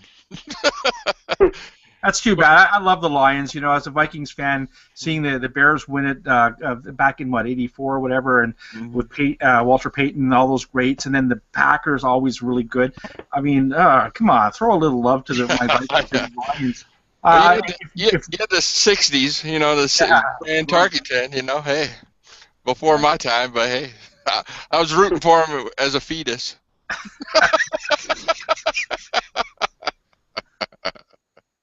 This is Halfmoon's picks for Stephen Coleman. Yeah, one of our favorites. Yeah, and the Bucks are my secondary team. You know, I how could you not? I live like literally 10 minutes from the stadium, and everything's Tampa Bay, right?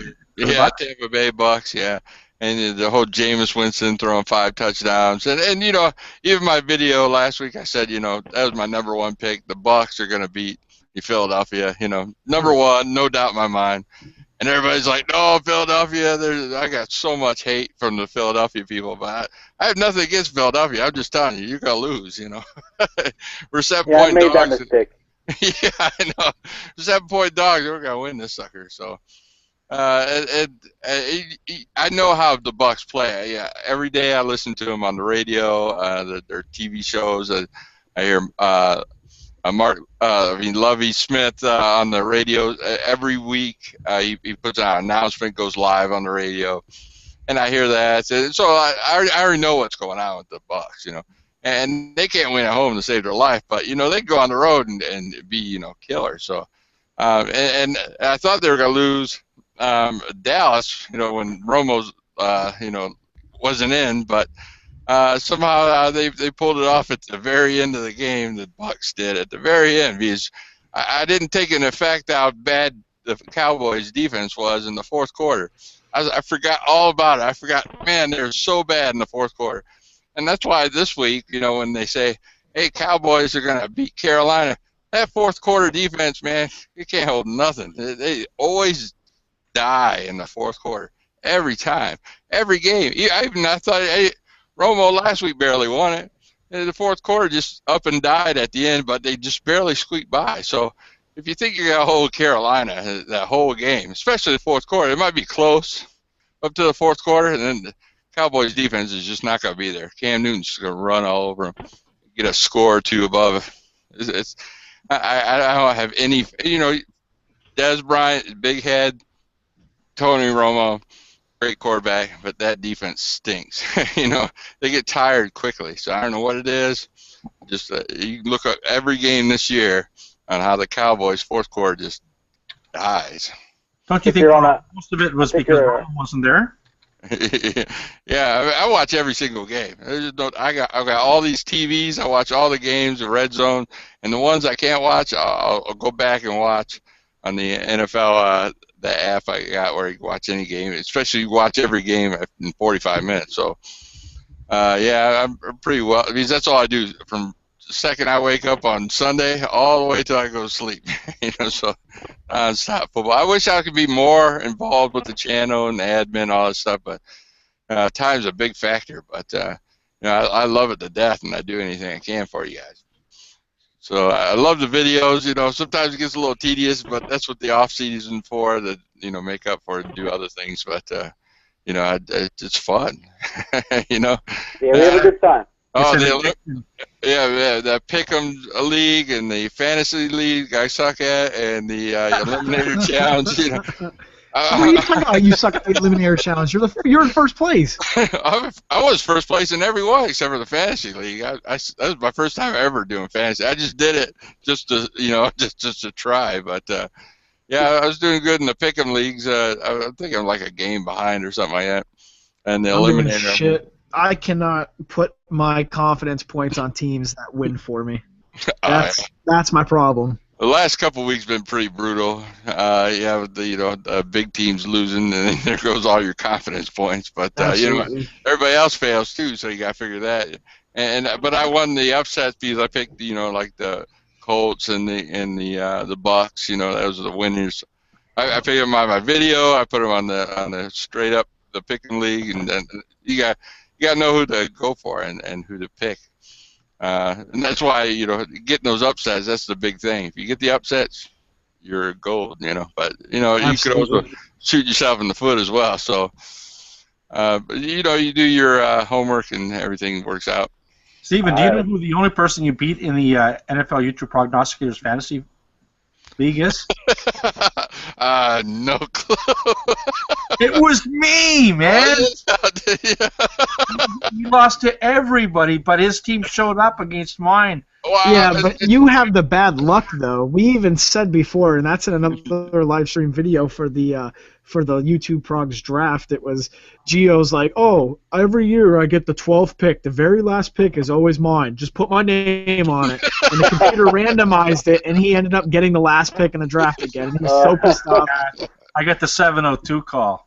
Yeah, it's like a learning curve for me. So I start out really crappy, and by the end of the year, I hope to do much better, and then hopefully by next year, I know who these clowns are. Because I don't know the players that well. I know how they work as a team, though.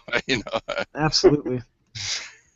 All right. Well, I guess by 10 minutes is up. I can keep you guys on for hours. But, tell us about your channel before you go. All right. Like I said, Halfmoon's Picks on YouTube.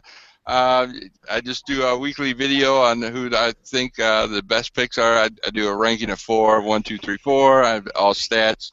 I usually keep an ATS picks scoreboard, so you can see who's hot and check out their videos. All their links below in my channel, so anybody can check out anybody at any certain time. Okay, Moon, thanks a lot. Absolutely. Looking forward to your video, buddy. All right, get back to work. Yeah, I gotta get back to work. Gotta go. Get back to work. Peace out.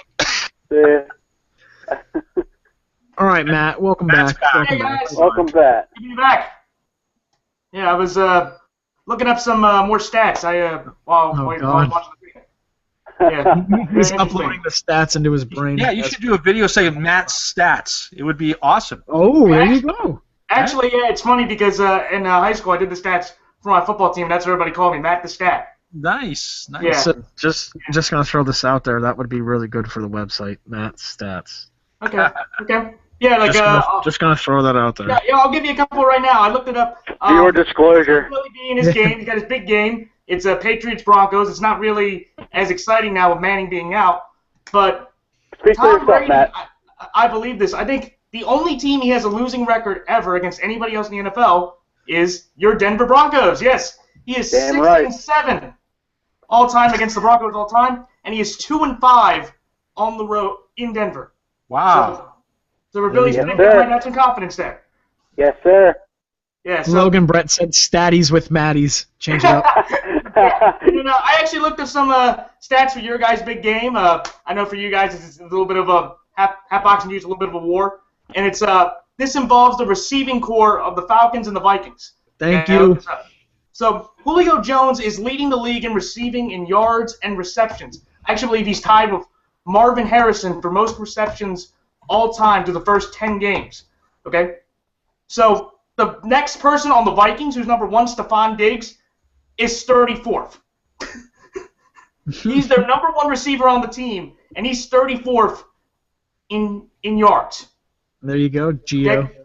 And then in receptions, when you have Adrian Peterson, you don't need to suck on it, Gio. Right. So and then same thing with receptions. Julio's leading the league in receptions at 1. Stephon Diggs is tied at 60th. Oh. So you just got Matt's stat. Yeah. There you go. You just got matched and statted. Yeah. So I thought you guys like to look at those numbers. I thought that those are pretty interesting numbers. They're just mad. They're just mad because I already beat Billy's team, and I'm about to beat Hatbox's team. So you didn't beat. Wait. When did you beat my team? Cut that part out. I'm pretty sure you guys lost, but Editor cut the part that Billy B just said, cut it out. But listen, as Keith Bailey states, it's all about the effort. And I'll tell you what, Minnesota put up a fight against Denver this year. They did. It was incredibly impressive.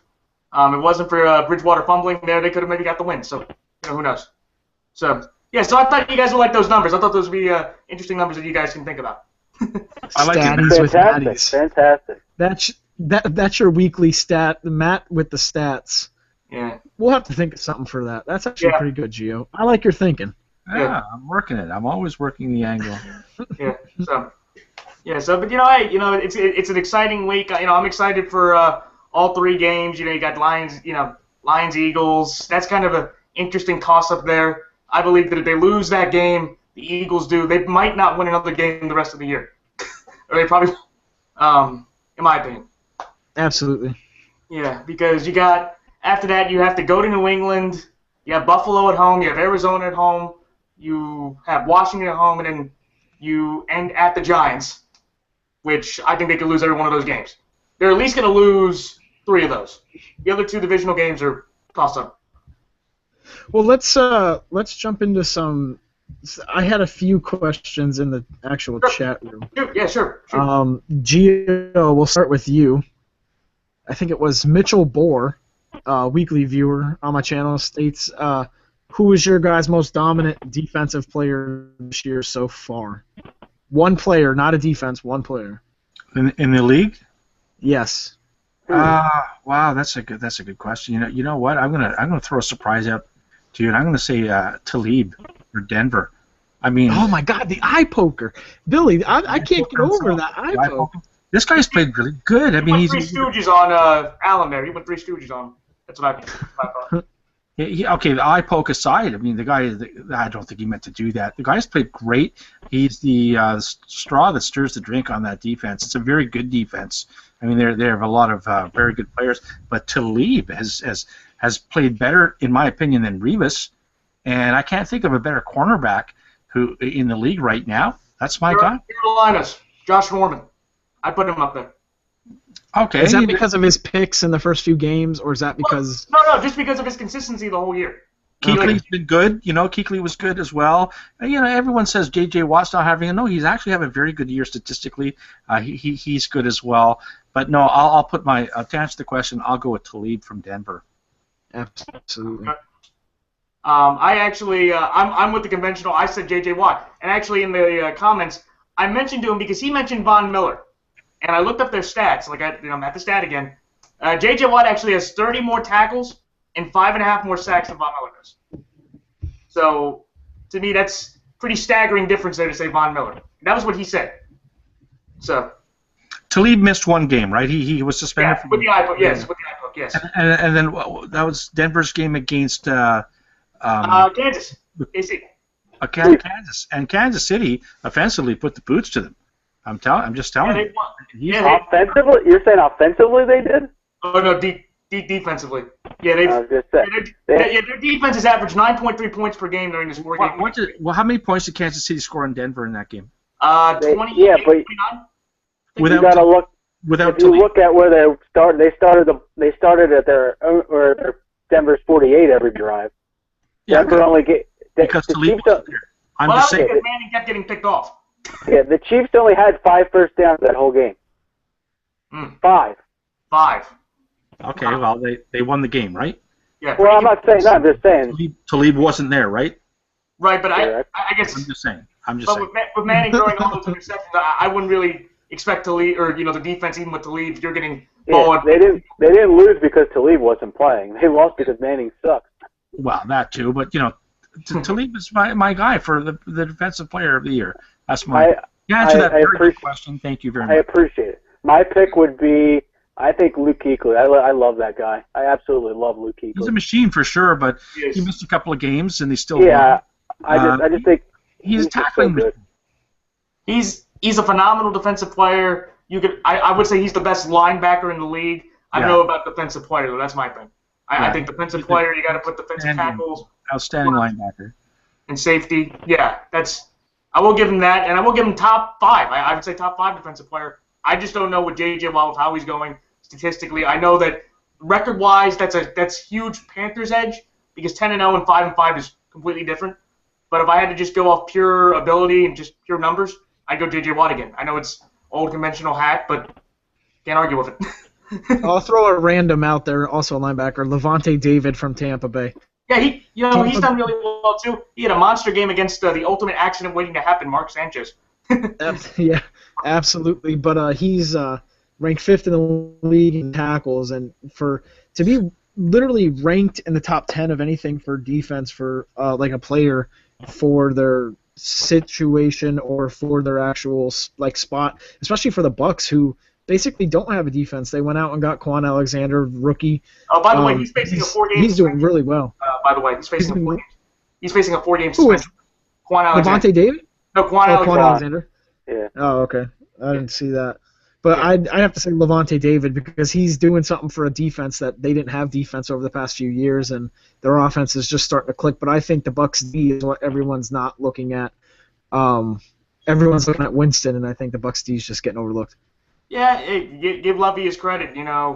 After starting out the way they did, he's looked really good. Even though Winston's played very efficiently himself, hasn't turned the ball over in 5 of the last 6 games, and also that Tampa defense has done really effective as well. Only allowed one 100-yard rusher this entire year. You guys know who that running back is? What was the question? Do you know who Tampa's only allowed one 100-yard rusher the entire year. Do you know who that running back is? Devontae Freeman. No. Damn it. Maybe like in that metal show, we could play Stump the Mat. Matt Stump. Yeah, absolutely. Talk about that. Do you guys have more guesses? Nope. Alfred Blue of the Houston Texans back in week 3. Alfred Blue. Went 139 yards on. That seems incredible. That's the only running back that's had a 100-yard game against the Bucks the entire year. Well, let's move on from this. We have one or two. We're going to ask everyone just to ask questions in the live chat on the YouTube channel, but we have one question right now. Go ahead and... No, stay here. You're good. You're doing well. Great. Logan Brett, who we just had on, the big Jets fan, he says, here's a question. In 5 years from now, who will be the best QB in the draft? Or in the league. Best guess in 5 years, who's your best QB? Wow. 5 years from now. 5 years. Teddy Bridgewater. He could be, but he's got to continue to develop some more. Maybe I think Carr has a good shot. The defense is my problem with Carr. I might have to go with the guy that's doing really good right now. My second MVP candidate, I believe Cam Newton. I believe that Panthers team, they have a defense they can build around. He literally just said, if you say Cam Newton, I'm going to cry, and then you said Cam Newton. Well, hey, no, I'm just saying we're talking about 5 years from now, right? And Cam Newton's about 27, maybe younger or older. And Absolutely. just with his skill set and what he's doing right now, if he adds a Calvin Benjamin back into this offense, if they get another wide receiver to complement him, he has a good enough skill set with his body and his talent that he can be the best quarterback in the league in 5 years. Cam Newton or Absolutely. Andrew Luck probably be. The conversation will be between those two guys. I'm sure. Yeah, the 2 number 1 picks of the 11 and 12 draft. Yeah. My thing with Luck is that he has to limit the turnovers because ever since last year, or ever since his whole career, he has turned the ball over at an excessive rate. He's been second in the league in turnovers. You're right. You know what? But I'm gonna say this. Sure, go ahead. Honest to God, no team has drafted. You can have arguments for others.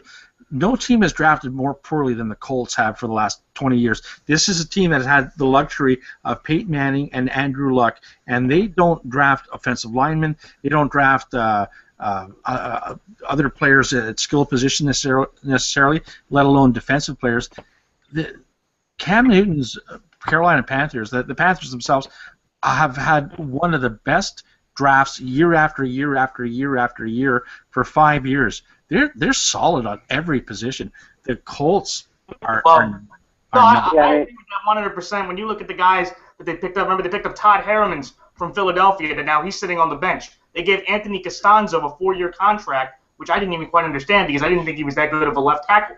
So obviously, the offensive line has had a tremendous. Yeah, but I'm talking about drafting, Matt, and Carolina has drafted very well. Yeah, if you look at the Colts now, I mean, they drafted Phil Dorsett in the first round, who a luxury pick. They didn't need to do that. They need offensive line. I mean, their offensive line is awful. Run stopping defensive tackles and run stopping safeties, and they but they took a luxury pick again. The guy that they were supposed to pick was the defensive tackle that New England picked, and I can't. Malcolm Brown. There you go. And that's the guy that they should have picked. And this is, I'm telling you, another example of how the Colts don't draft well. The Panthers have drafted very, very, very well. Yeah, I think my vote for that would have to be Winston. I just see the Bucks overtaking the South in the next 6 years. You think he'll be quarterback in Cam Newton, though? I'm not sure. Well, yeah, Winston's done really well, and he has a bright future. But I don't know. Like, to me, can he keep this turnover pace up? Because I remember in the beginning, dude, he was throwing turnovers at an alarming rate. I remember, it was. I just see Newton as doing everything. Like, the guy can run, the guy can pass, the guy can carry the team on his shoulders by himself. Yeah. I think that guy's not in the NFL yet. I think it'll be someone that's drafted in the next couple of years. Will be the best. Better than anybody out of this class, or not? Anybody out of this upcoming class, like Cook or Goff, or any of those guys, or not? I think Cook's more like a game manager. I mean, he's a very good quarterback, but I don't think he has like superstar potential. Yeah, and Michigan State's had a pretty bad history over the last several years of getting quarterbacks out of it. Yeah, I really like Paxton Lynch from Memphis. Yeah, I think he's gonna be pretty good. Yeah, I definitely. I've seen a few games. I remember that big game he got against Ole Miss, which was incredibly impressive. And yeah. All right, what we got? What other questions we got there, Chris? Yeah, what other questions we got? How about? I think that is it. Gavin says, "How did I screw you over in the draft?" Question mark, and I don't understand that question. So. Well, that seems like a personal question that you guys can. That seems like. I don't see any others. I think that's it. Okay. All right. Fair enough. Yeah. So. But all right. Well, Matt, it's been great having you. If you want to plug your channel one last time, you absolutely can, and then we'll sign off overall. Yeah, guys. Matt, the NFL fanatic again. Enjoy my thoughts. I love hearing people comment. I love talking to you guys and everybody else. It's good to have just nice debate, and hopefully I can use my thoughts to maybe not change your mind, but be like a little gnat, and you can think of me when something happens. Matt the Gnat with the stats. Yeah, I Matt like the Gnat. Yeah. Matt the Gnat with stats. His legend is growing. Yeah. All right, guys. But hey, Billy and Hatbox, you guys have a great Thanksgiving. Gio, it's always good to hear from you. Good to see you. All right. Thank you. You as well. You as well. Good night, All right, buddy. Enjoy it. Next one. You know what? I like what he said at the end there. I like friendly debate. I like good debate. Yeah, because that's basically what the group is. Like, the group that we have going on Facebook is all good debate, minus one or two people, but we take care of them. We nip their asses right in the bud when we yeah, when we need to. We don't tolerate that stuff. Lay down the ban hammer. If you're going to come to the NFL YouTube Prognosticators Facebook page, you're going to find a lot of similar people, like-minded people, really helping each other out. There's no real smack here. It's a little, fun games. As long as it's above the belt, it's a really good group of people. If you're watching for the first time, I highly recommend you join our Facebook page. Excellent prognosticators, male and female, and really trying to help each other out. Absolutely. Friendly debate. I like that. Friendly debate. All trying to do one thing, help everyone else take the man's money. Absolutely. So we're at week 12, right? So maybe we should try to do a bigger, better hangout right before the playoffs start. Absolutely. We'll plug that as our next big event. Maybe we'll try to get something going. Maybe like a 2-hour thing where we have 20 people that want to play in there and join us. Sure. Well, we had, 5 tonight? 4 tonight? 5, I think 5 or 6 maybe. So if we could get them, and we could get a few others if we put it on a day that everyone could get on, we could probably get a 2-hour. Yeah, I mean, if we start it now, like it's week 12, that'll be like 7 weeks away. So I mean, start thinking about it. Maybe even before that. I know there's a couple of guys we couldn't get on because we're new at this and we don't know how to connect with some of the other channels. So keep that in mind. We'll even be better next time. So I hope everyone enjoyed our little hangout with the NFL YouTube That was Prognosticators. Absolutely fun. I'll tell you that. We had Ravens fans, Jets fans, Titans fans, Colts fans, Bears fans. I like the fact that Michael Stroop and Sideburns came in together as one thing. That was really cool. Just thanks to everyone. Gavin, thanks for staring at the camera awkwardly for almost 10 minutes. Matt, thank you for coming out. I love Matt's enthusiasm. He's really yeah. Matt's energy is awesome. Love that guy. I want to say that my good buddy Gino Bisconti from Gino's Picks, I tried to get him in, but I just couldn't get the link. And if you're watching, Gino, sorry, buddy, we'll do this again next time. I'll make sure you get on because Gino's a very entertaining guy.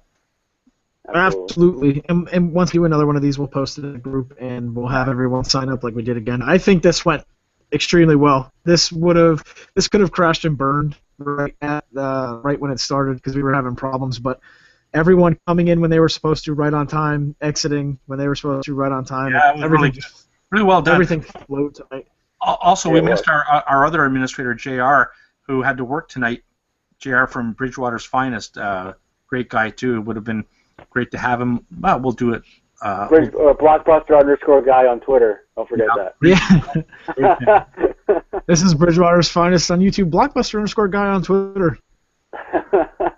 Would you believe that not only are there are two Canadians, myself and Bridgewater, we're actually born on the same day?